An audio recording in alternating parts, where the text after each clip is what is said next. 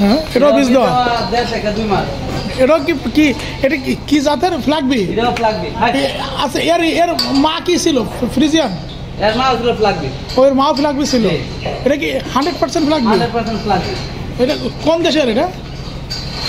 এটা হচ্ছে আপনার ওই যে আমরা ইন্ডিকান আর কি। হ্যাঁ, আমরা ওই জায়গা থেকে এগুলা।